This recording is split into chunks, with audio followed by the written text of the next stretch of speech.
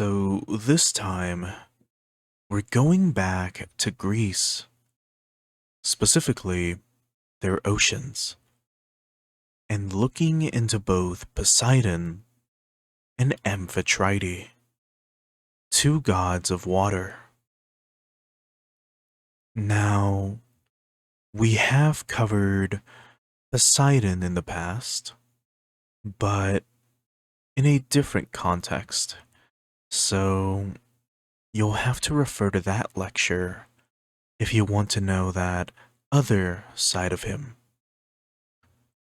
For now, as you might remember, Poseidon is the Greek god of the sea, earthquakes, storms, and horses,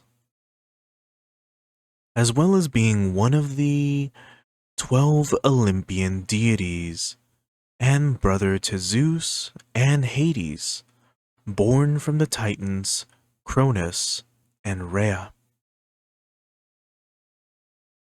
Poseidon created the horse and shaped the seas and land through his power, wielding his trident to stir storms, summon earthquakes, and control maritime forces.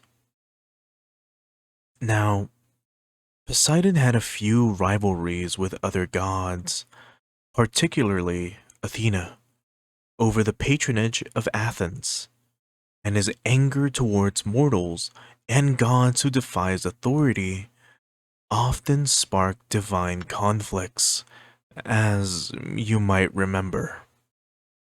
Poseidon's conflicts usually end in his reassertion of dominance or the imposition of natural consequences, such as storms or shipwrecks, although he is often kept in place by the authority of his older brother, Zeus. Poseidon was seen as a powerful and unpredictable force of nature, embodying both the life-giving and destructive aspects of the sea.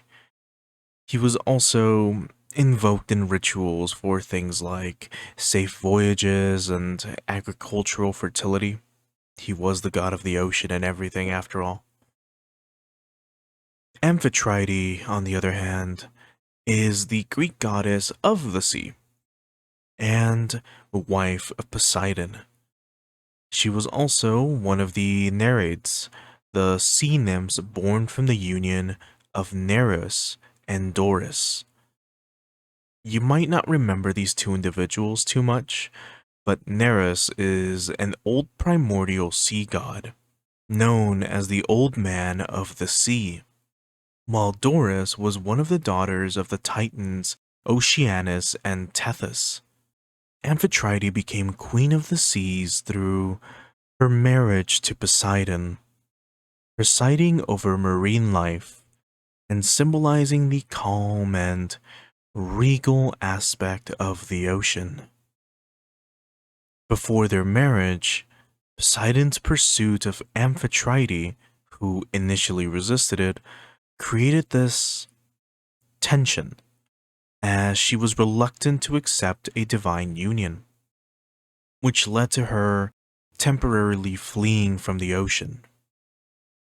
Poseidon was then aided by a dolphin, who served as a mediator between them, and successfully persuaded Amphitrite to accept him, and she became his queen, embracing her role as consort of the sea god. Amphitrite's myth reflects the integration of sea nymphs into the Olympian hierarchy, as well as the cultural importance of maritime stability and the divine order of the sea. She also symbolized the union of the sea's wild and tranquil aspects, and her role as queen elevated the status of the sea beyond mere chaos, linking it to divine sovereignty. Pretty neato, huh? In a lot of these myths and pantheons, the unity between two forces usually results in the elevation of one of them, especially when it involves a primordial force like the ocean. Their marriage is just one big metaphor for the ocean being calmer now than how it was aeons ago, when things were still a lot more wild. But once the essence of the sea goddess comes in, the oceans become a lot more stable.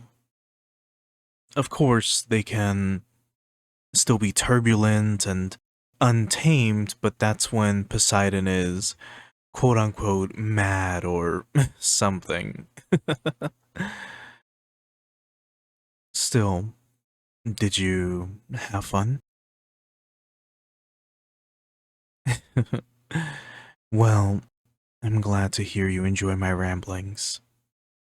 Hopefully, you'll join me next time too, where I continue to ramble on about whatever I'm researching next. So, until then, see you for now, my little pupil.